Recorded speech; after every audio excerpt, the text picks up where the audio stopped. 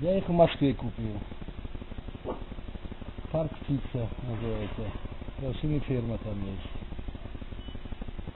Документы сделал через самолет. Я их привез. Им сейчас 1,5 годика. Они сейчас весят 50-60 килограмм.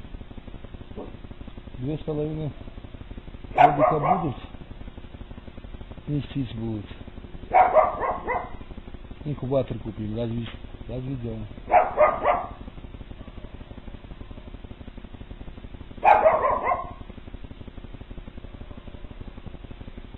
Кушают они. Все подряд. Морковку, капусту, зелень, джау, кукурузу, сено.